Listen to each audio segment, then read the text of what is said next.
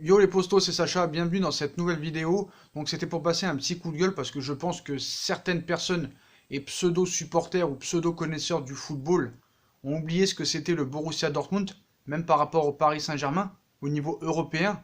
Donc depuis le tirage au sort à midi et l'annonce que le Paris Saint-Germain affrontera le Borussia Dortmund pour les huitièmes de finale de Ligue des Champions, bah, on nous dit des choses quand même incroyables. Je pense qu'on manque de respect complètement au Borussia Dortmund. Donc, ces pseudo-connaisseurs là qui nous font croire qu'ils sont supporters du Paris Saint-Germain, mais en fait, ils sont supporters du Paris Saint-Germain depuis 2011, depuis le Qatar, ou certains encore pire, depuis qu'il y a Neymar et Mbappé au Paris Saint-Germain. Mais déjà, pour ces gens-là, bon, après, les gamins qui ont 15, 14 ans, voilà, eux, on peut pas leur en vouloir, voilà, c'est normal. Mais des gars qui ont 30, 35 ans, allez, 25 ans, qui nous disent, en regardant le tirage au sort, c'est fait, c'est du gâteau, ça sent bon, on est déjà en quart. Non mais attends, mais tu peux pas te dire connaisseur du football quand tu dis de telles bêtises, pour être vraiment poli. Ces gens-là, j'ai envie vraiment de leur citer des insultes incommensurables, voilà, mais je ne vais pas le faire. Mais voilà, ce qu'il faut savoir, c'est que ces mecs-là, ces gens-là qui ont dit ça, il y en a qui ont plusieurs chaînes YouTube, ont plus de 10 000 ou 15 000 abonnés.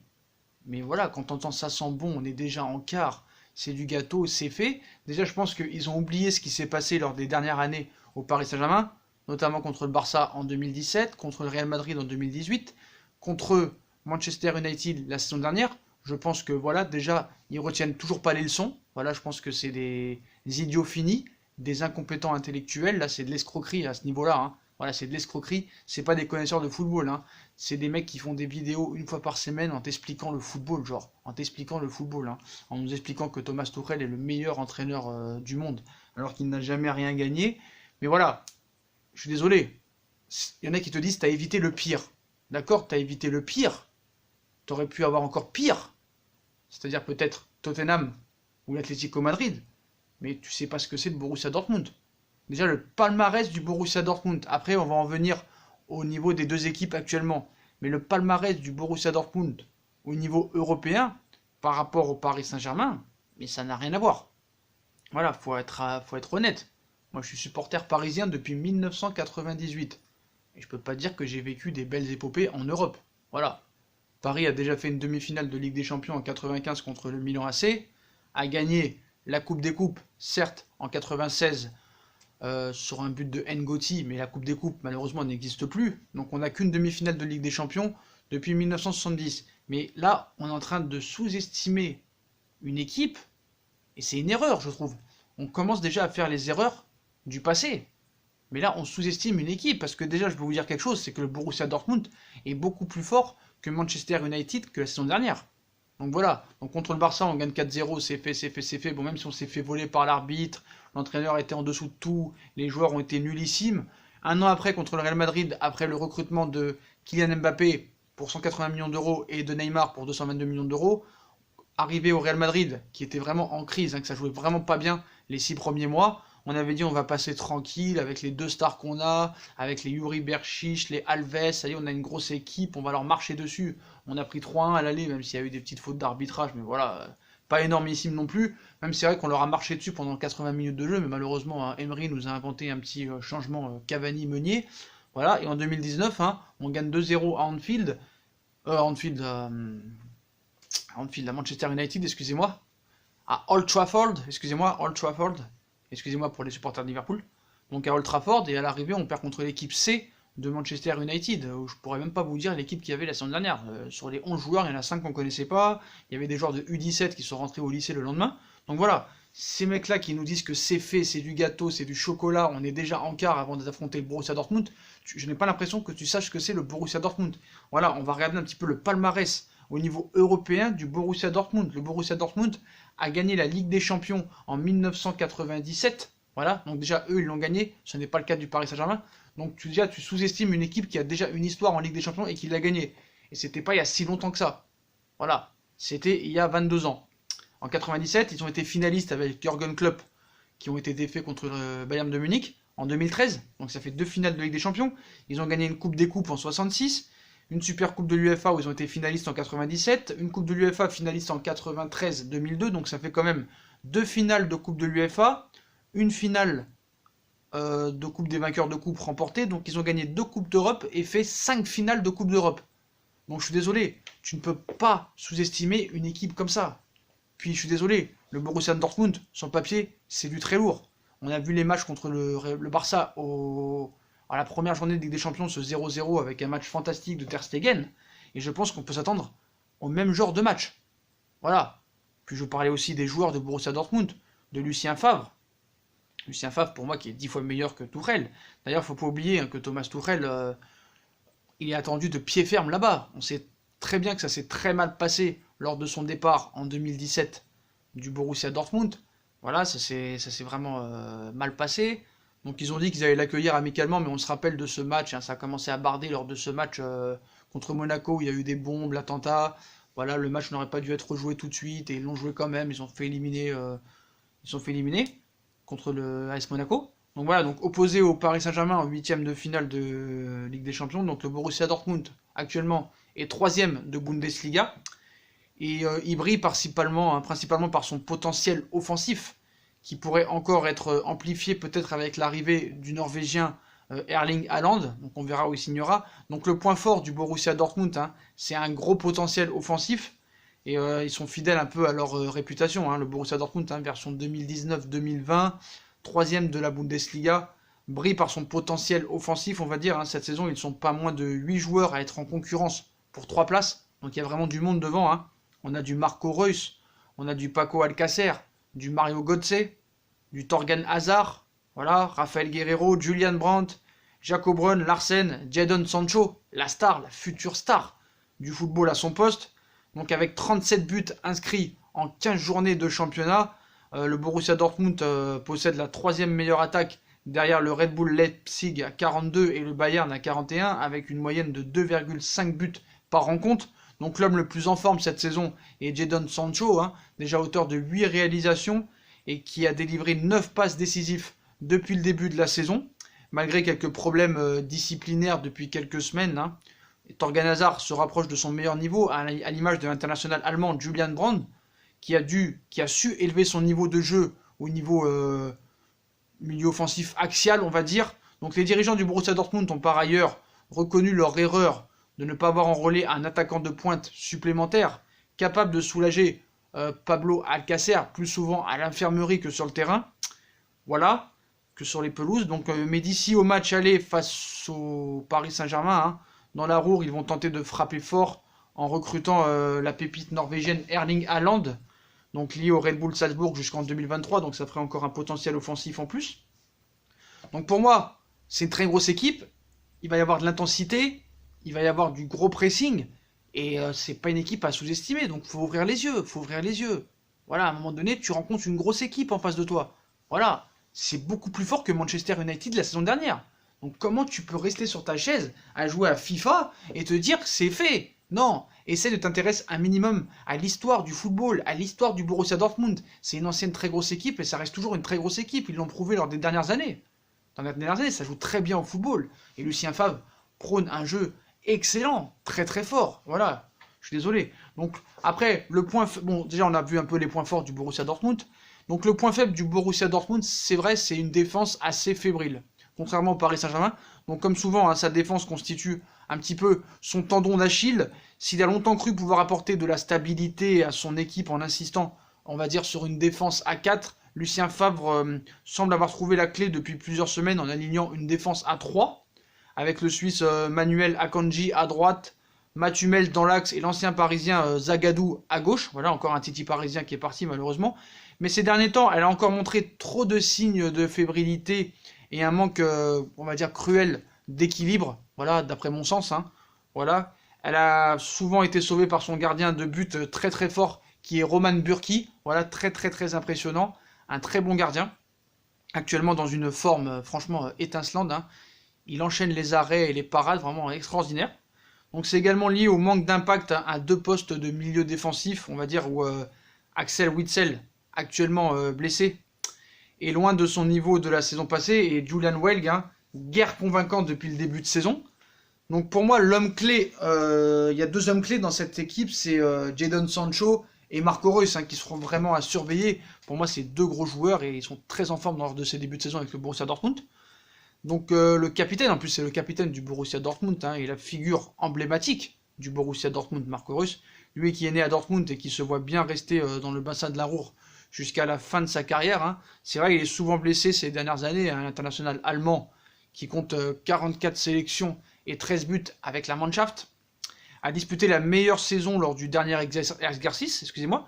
Depuis ses débuts en pro il y a 11 ans, mais depuis cet été il éprouve de grandes difficultés à exploiter potentiellement, pleinement son potentiel, on va dire, voilà, à l'exception du nul contre le FC Barcelone 0-0 lors de la première journée de la Ligue des Champions, en phase de poule, voilà, au cours duquel il avait manqué un penalty. Marco Reus a été décevant, notamment lors des deux confrontations face à l'Inter Milan, donc il est très bon en championnat d'Allemagne, mais en championnat, en Ligue des Champions, il n'est pas exceptionnel, voilà, vraiment pas très bon, il est même en dessous de son niveau, je trouve, voilà, contre l'Inter, il n'a pas été au top, ainsi qu'au Camp Nou, voilà, donc depuis l'arrivée de Favre, il a un peu de mal, donc dans un peu plus de 2 mois, Lucien Favre espère que son joueur préféré, qu'il avait déjà eu sous ses ordres au Borussia Mönchengladbach, je vous le rappelle, en 2011-2012, aura retrouvé sa meilleure forme. Donc après je me trompe, il n'est pas en forme, pas depuis l'arrivée de Favre, il n'est pas en forme depuis ce début de saison, en Ligue des Champions, mais en championnat il est quand même assez performant, mais la saison dernière il a été vraiment impressionnant, et je pense qu'il sait monter son niveau de jeu quand il le faut.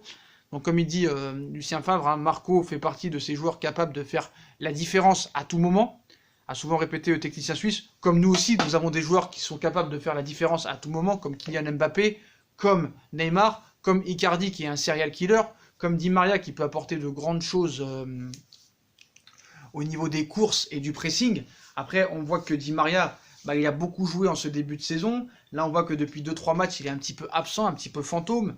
Il va falloir voir avec quel système de jeu aussi Thomas Tuchel va jouer. Il revient chez lui, comme je vous l'ai dit. Et là-bas, ça s'est très mal passé lors de son départ, avec Michael Zorc, directeur sportif du Borussia Dortmund. Donc le directeur sportif du Borussia Dortmund, Zorc, hein, a signalé qu'ils allaient accueillir Tuchel avec courtoisie, mais je vous dis que là-bas, on a vraiment envie de se venger de Thomas Tuchel parce qu'on l'a encore en travers de la gorge de comment il a quitté le Borussia Dortmund. Voilà, ça leur a pas vraiment fait plaisir. Borussia Dortmund comptait vraiment sur lui pour construire vraiment une très bonne équipe et à long terme avec Thomas Tuchel. Malheureusement, ça s'est pas passé comme prévu avec les dirigeants du Borussia Dortmund. Voilà, il y a eu des histoires avec Dembélé, comme quoi lui, Tuchel voulait garder absolument Dembélé, mais on lui a dit qu'absolument fallait le vendre pour des raisons économiques. Voilà, il n'était pas d'accord sur le futur recrutement du Borussia Dortmund, c'est pour ça qu'il est parti, malheureusement pour nous, mais voilà. Donc, quand ils te disent que voilà, le Borussia Dortmund, ce qu'il faut savoir, sont même contents d'être tombés sur le Paris Saint-Germain. Voilà, eux, ils auraient pu tomber contre le Real Madrid, non, contre Manchester City, excusez-moi, contre le Bayern de Munich, pas contre le Bayern de Munich, oui, c'est n'importe quoi. Contre Manchester City, contre la Juve, contre beaucoup de grosses équipes. Voilà, faut être très clair là-dessus. Mais en tout cas, en aucun cas, le Borussia Dortmund est impressionné par le Paris Saint-Germain. Voilà. Donc non, pas contre le Bayern de Munich, hein, parce que ces deux clubs allemands, ils peuvent pas se rencontrer en huitième. Donc voilà, ils auraient pu rencontrer tous les premiers des autres groupes, à part le Bayern de Munich, et à part le Barcelone qui était dans leur groupe. Mais voilà, en tout cas, moi je pense qu'on manque de respect à cette équipe-là, à leur palmarès européen, à leur façon de jouer. Il y a de très gros joueurs dans cette équipe. Donc, tous les footix et tous ceux qui comprennent rien au football, qui croient que c'est jouer à FIFA, de jouer au football, renseignez-vous sur le Borussia Dortmund, parce que vous allez encore tomber de plus bas si encore on se fait éliminer. Voilà. Parce qu'en plus, eux, ce qu'ils se disent, c'est qu'avec le Paris Saint-Germain, tout peut se passer. Eux, ils vont y croire. Même si tu gagnes 2-0 ou 3-1 là-bas, eux, ils vont croire au retour. Ils savent l'histoire du Paris Saint-Germain depuis quelques années. Voilà, ils savent qu'on se tape des remontadas contre le Barça, contre Manchester United, contre Chelsea en 2014. C'est toujours pareil. Donc voilà. Mais ces gens qui pensent que c'est une balade de santé, que c'est du petit lait de rencontrer le Borussia Dortmund, intéressez-vous à l'équipe actuelle du Borussia Dortmund avec des joueurs comme Marco Reus, comme Götze, comme Guerreiro, comme Jadon Sancho, comme le gardien qui est très très fort, comme Mats Hummels, comme aussi Alcacer qui est très très bon, même s'il est souvent à l'infirmerie en ce moment, comme Lucien Favre qui est un très grand entraîneur, et votre limite intellectuelle me dépasse et me fait de la peine. Parce que voilà, on dirait que là, on rencontre je sais pas moi, Cluj, ou Obraxnia, ou le Steaua Bucarest. Voilà, non, ce n'est pas le cas du tout. Le Borussia Dortmund est un très grand club européen. Très grand club européen. Donc c'est vrai que ce début de saison n'est pas exceptionnel, mais au niveau du jeu, préparez-vous à qu'il vous fasse l'enfer. Et nous, il va falloir qu'on réponde, il va falloir que Thomas Tuchel bloque cette équipe, parce que je peux vous dire qu'on va subir lors du premier quart d'heure, ils vont tout donner, ils vont imposer un pressing très très haut, voilà. Donc surtout que si Erling Haaland arrive en plus, ça va leur faire un potentiel offensif. Il y a beaucoup de potentiel offensif dans cette équipe, donc c'est vrai que la défense est friable. Je pense qu'on est supérieur à eux au niveau de défense, surtout sur les défenses centrales. Après sur les côtés, ils sont quand même meilleurs que nous, mais c'est vrai que la défense centrale tient mieux, ils ont un très bon gardien. Donc voilà, je vois pas en quoi vous pouvez être si confiant que ça. Voilà, surtout avec les cascades et les bananes qu'on s'est pris ces dernières années. Donc, après que les petits gamins de 14-15 ans, voilà, disent que c'est facile tout ça et tout, bon, eux ils connaissent pas trop le football, ils regardent le football comme si ils collaient des panini sur un album photo, ou comme s'ils jouaient à FIFA ou à PES ou à Foot Manager. Mais des mecs qui osent te dire qu'ils connaissent le football, qui te disent supporters du Paris Saint-Germain depuis 20 ans, et après tout ce qui s'est passé ces dernières années, te dire ça sent bon, c'est fait, c'est du gâteau, on est en quart de finale de Ligue des Champions, on va leur mettre des saucisses de Strasbourg et des saucisses de Francfort dans le cul, je suis désolé. L'escroquerie intellectuelle a ses limites. Il y a des limites à la vacherie.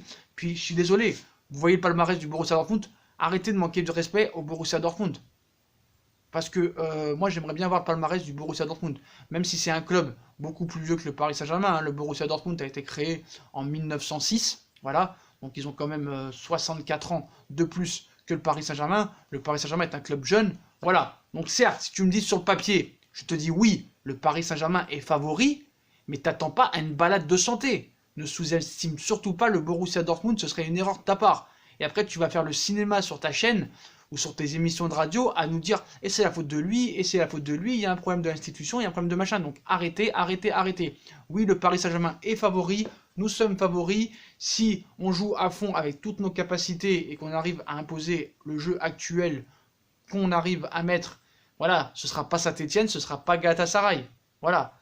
Donc c'est sûr qu'il y a du mieux dans l'état d'esprit, il y a du mieux au niveau des attaquants qui défendent comme Neymar et Mbappé. Mais voilà, dis-toi que voilà, ils ont des meilleurs latéraux que nous, ils ont un très bon gardien, ils ont une très bonne attaque, peut-être pas aussi bonne que nous, mais très bonne attaque. Ils ont un public de malades aussi, ce qui pourra peut-être les pousser, voilà. Parce que même si pour moi le public n'a jamais été aussi pas non plus une raison pour faire peur. Voilà, on l'a vu avec Galatasaray, hein, si on aurait mis toutes les occasions, on aurait gagné 10-0. Mais voilà, c'est le mur jaune. Il y a des Never Walk Alone aussi comme à Liverpool. Donc ils vont les pousser. Mais voilà, certes le Paris Saint-Germain est favori, j'espère qu'on passera, j'espère qu'on ira en quart de finale. Mais ne sous-estimez pas le Borussia Dortmund. Le Borussia Dortmund est un très grand club de football avec une histoire. Le Paris Saint-Germain aussi a une histoire. Mais le Paris Saint-Germain n'a pas fait 5 finales de Coupe d'Europe, n'a pas gagné la Ligue des Champions et n'a pas fait une finale de Ligue des Champions. Donc voilà.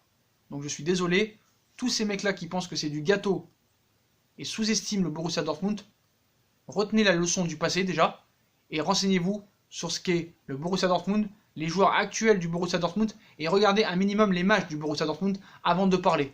Voilà les postos, voilà c'était un petit coup de gueule et je voulais remettre un petit peu les choses dans son contexte et respecter ainsi tous les clubs de foot maintenant parce qu'on a vu qu'il n'y a plus de petites équipes. Voilà, comme on dit par exemple que tout le monde me dit que Tottenham va passer tranquillement contre Leipzig. Je pense que vous aussi, vous savez pas ce que c'est Leipzig. Leipzig est premier du championnat avec un entraîneur extraordinaire.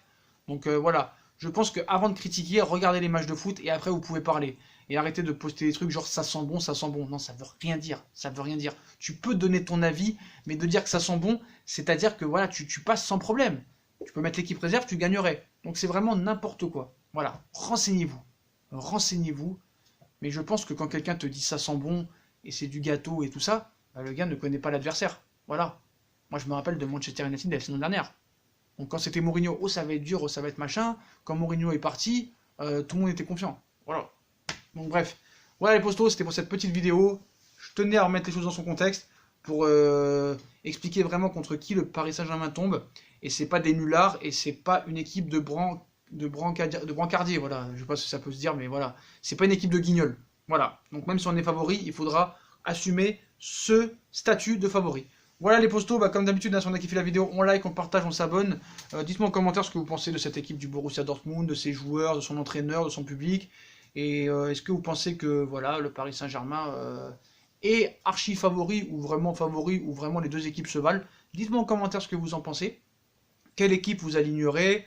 Et surtout, moi je pense qu'ils sont supérieurs à nous sur les côtés, surtout.